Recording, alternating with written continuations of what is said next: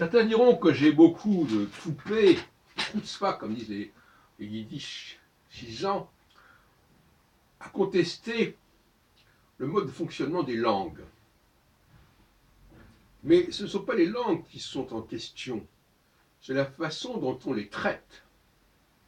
Et j'ai parfaitement le droit de dire que une certaine façon de traiter le français n'est probablement pas appropriée et ne correspond pas à l'esprit d'origine du système. J'ai dit l'autre jour, et je reviens là-dessus, parce que je n'en ai pas tiré peut-être toutes les conclusions, toutes les implications, que la façon dont nous formions le subjonctif posait problème. Et notamment, j'ai élevé récemment ce nouveau lièvre, à savoir que on ne voit pas pourquoi il y a des éléments de l'imparfait qui interviennent dans la formation du subjonctif présent. Alors, il y a plusieurs solutions. Soit, effectivement, l'imparfait doit jouer son rôle dans la formation du subjonctif présent au niveau des premières et deuxièmes personnes du pluriel. On ne voit pas pourquoi. Ça serait vrai à la limite pour l'imparfait du subjonctif. Bon, enfin, en l'occurrence, ce n'est pas le cas, puisque l'imparfait du subjonctif se fonde sur le passé simple. Et l'autre solution, c'est qu'il y a une erreur. Pourquoi doit-on dire nous chantons, il faut que nous chantions, et pas il faut que nous chantons? Alors qu'on dit je chante, il faut que je chante. Il chante au pluriel, il faut qu'il chante, ou qu'elle chante, ENT.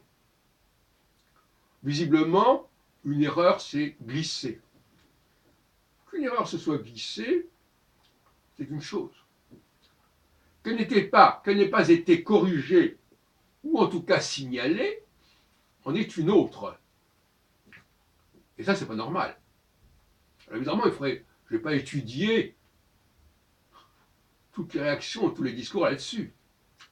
Il faudrait que je prenne toutes les grammaires françaises, les descriptions de la langue française, et que j'étudie s'il y a eu des cas ou si ces cas-là dont je viens de parler ont été signalés et observés. Qu'ils étaient observés ou pas, ils étaient observables, en tout cas. Donc ils étaient là. Pourquoi ne les a-t-on pas observés? Est-ce que ça veut dire qu'on a un rapport à la langue qui n'est pas scientifique?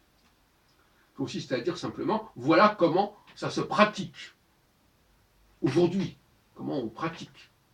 Ça n'est pas suffisant. Il est important qu'une langue aussi importante que le français maintienne toute sa rigueur, toute sa pureté, de certaine manière. Et par conséquent, je ne vois aucune raison de valider cette forme du contion, chantion, qui n'a aucune raison d'être et qui existe de toute façon en français pour l'imparfait. Nous chantions, vous chantiez, comme on dit dans la fable de la cigale et la fourmi de La Fontaine, vous chantiez, j'en suis fort aise, vous chantiez, oui, mais pas que vous chantiez. Il ne faut pas dire qu'il faut que vous chantiez, il faut que vous parliez. Est-ce qu'on dit il faut qu'il... On dit bien il faut qu'il parle. Je parle, il parle, qu'il faut qu'il parle. Donc ça, c'est à corriger.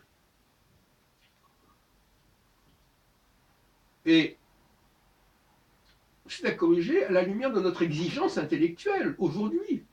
Je veux dire par là que si on nous dit « Ah mais ça a toujours été comme ça », je dis « Ça n'est pas possible ». Je dis clairement, il n'est pas possible qu'il en était toujours ainsi. C'est inconcevable, voyez-vous. Et ça, c'est important. Notre intelligence fait partie de ce que c'est l'exigence de l'épistémologie du présent. Moi, je pense ici et maintenant, il y a des choses qui me paraissent incohérentes. Et qu'on me dise, ah non, mais vous êtes trop exigeant. Non, non, non, non, non, non. C'est pas tout ça, ça. Je reconstitue le passé à travers mon exigence intellectuelle d'aujourd'hui.